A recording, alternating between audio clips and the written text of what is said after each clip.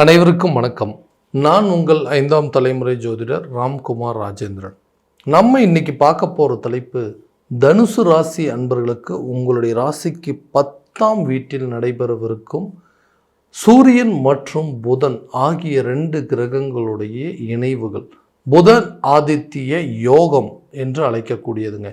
இந்த நிகழ்வு செப்டம்பர் மாதம் 17ஆம் தேதி முதல் அக்டோபர் மாதம் 2ஆம் தேதி வரை நடைபெறவிருக்கு.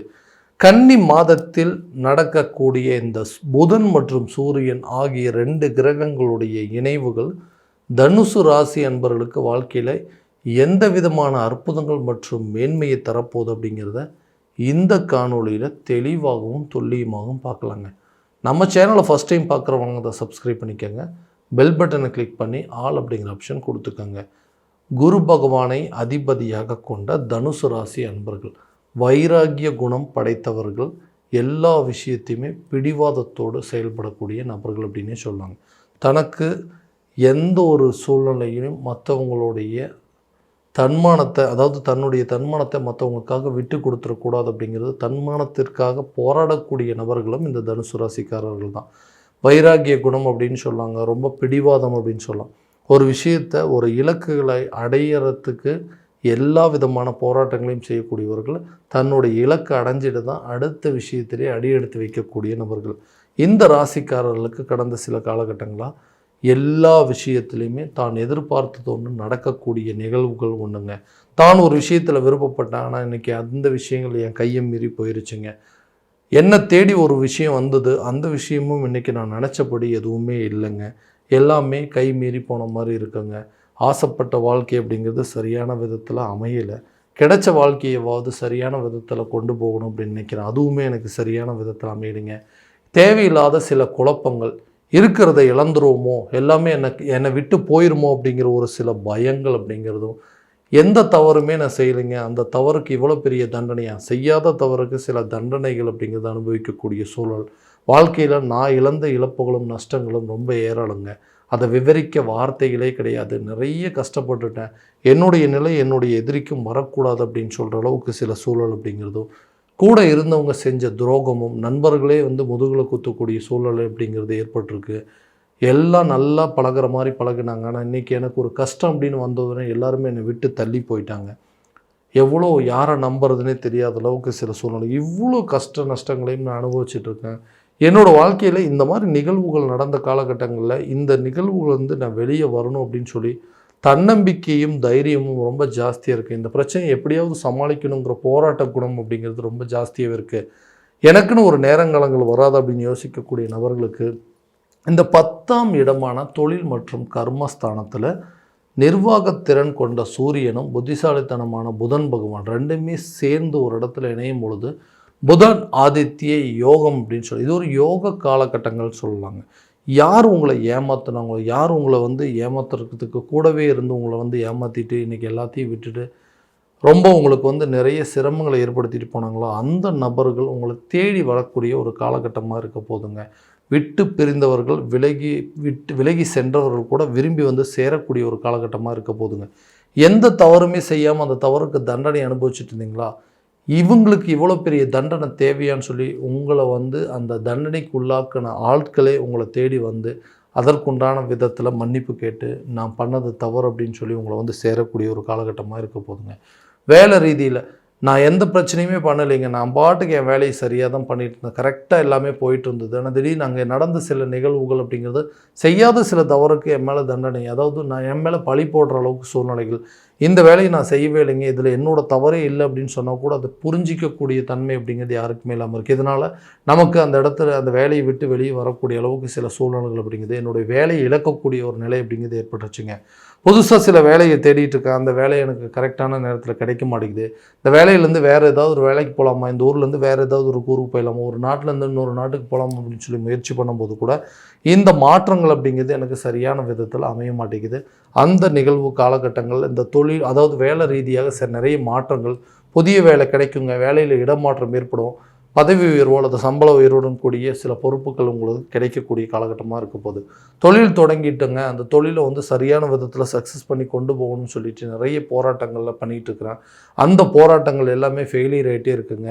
நல்லா போயிட்டு இருந்ததுங்க, திடீர்னு என்னால் வந்துட்டு நான் எந்த இடத்துல தப்பு பண்ணனே தெரியல, என்னோடய அலட்சியமாக அல்லது மற்றவங்களுடைய சில பிழைகளாக எதுவும் தெரியல, என்னால் சரியான விதத்தில் இந்த பிஸ்னஸை சக்ஸஸ் பண்ண முடியல, அதை தொடர்ந்து ரன் பண்ண முடியல, ஏதாவது ஒரு சேஞ்சஸ் பண்ணணும்னு நினைக்கிறேன், அந்த சேஞ்சஸ் அப்படிங்கிறது கரெக்டான விதத்தில் என்னால் ஒர்க் அவுட் பண்ண முடியலன்னு யோசிச்சிங்கன்னா கூட அந்த சேஞ்சஸ் அப்படிங்கிறது இந்த நேரத்தில் கிடைக்கும்.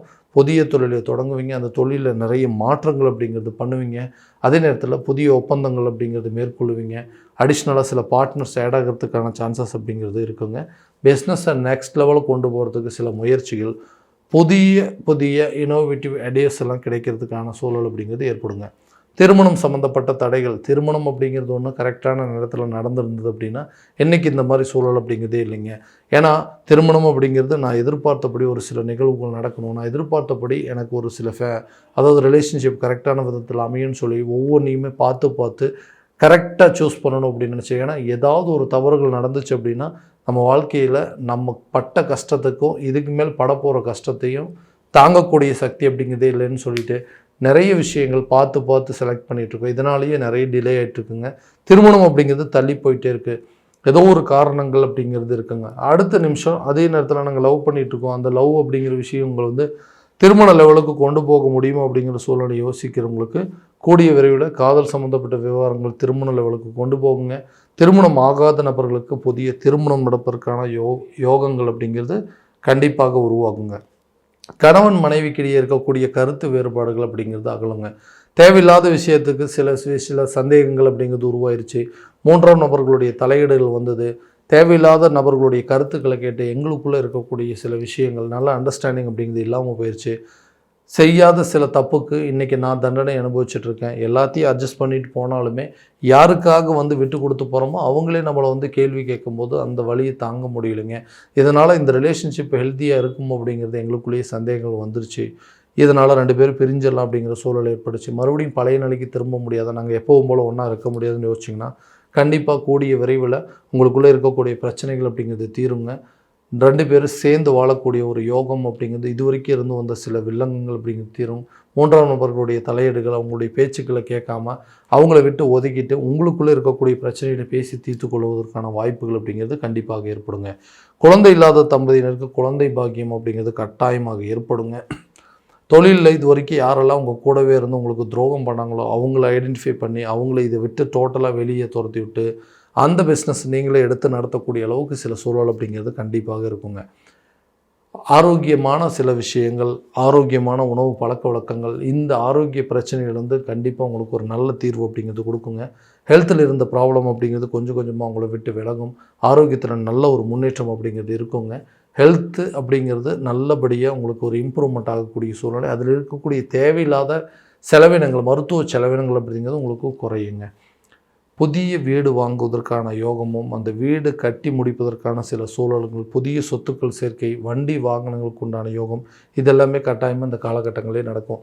அதற்குண்டான முயற்சிகள் கூட உங்களுக்கு நல்ல பலன் கட்டாயம் கொடுக்குங்க. ஒரு ப்ராப்பர்ட்டியை சேல் பண்ணணும் அப்படின்னு நினச்சிங்கன்னா கூட இந்த நேரத்தில் அதுக்கு உண்டான யோகங்கள், அதுக்கு உண்டான ஒரு நல்ல விலை அப்படிங்கிறது போகக்கூடிய ஒரு காலகட்டமாக இருக்க போது வண்டி வாகனங்கள் வாங்குவதற்கான சில சான்சஸ் அப்படிங்கிறது இந்த நேரத்தில் இருக்குங்க. கல்வி சம்மந்தப்பட்ட சில வீண் விரயங்கள் அப்படிங்கிறது ஏற்படும். அந்த விரயங்களுக்கு ஏற்ப கரெக்டான விதத்தில் பிளான் பண்ணிட்டீங்க அப்படின்னா அந்த செலவினங்களை சரியான விதத்தில் சரி பண்ண முடியுங்க. கல்வியில் நிறைய மந்த நிலைகள் இருந்திருக்கும், நிறைய ஞாபக மறதிகள் அப்படிங்கிறது இருக்கும்.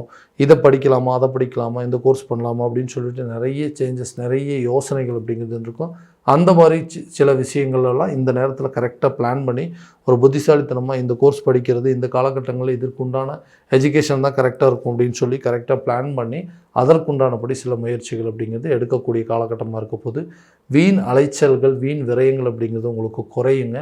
கடன் சம்மந்தப்பட்ட விவகாரத்தில் இருந்து வந்த பிரச்சனைகள் அப்படிங்கிறது தீரும். ஏன்னா எதுக்கோ ஒரு விஷயத்துக்கு கடன் வாங்க போய் அந்த கடனை திருப்பி அடைக்க முடியாத அளவுக்கு சில சூழ்நிலைகள் ஏற்பட்டிருக்கும். அந்த கடனை அடைப்பதற்கு சில முயற்சிகள் எடுப்பீங்க. அந்த முயற்சிகள் அந்த நேரத்தில் உங்களுக்கு நல்ல சாதகமான சூழல் அப்படிங்கிறது கண்டிப்பாக ஏற்படக்கூடிய ஒரு தருணமாக இருக்க போதுங்க.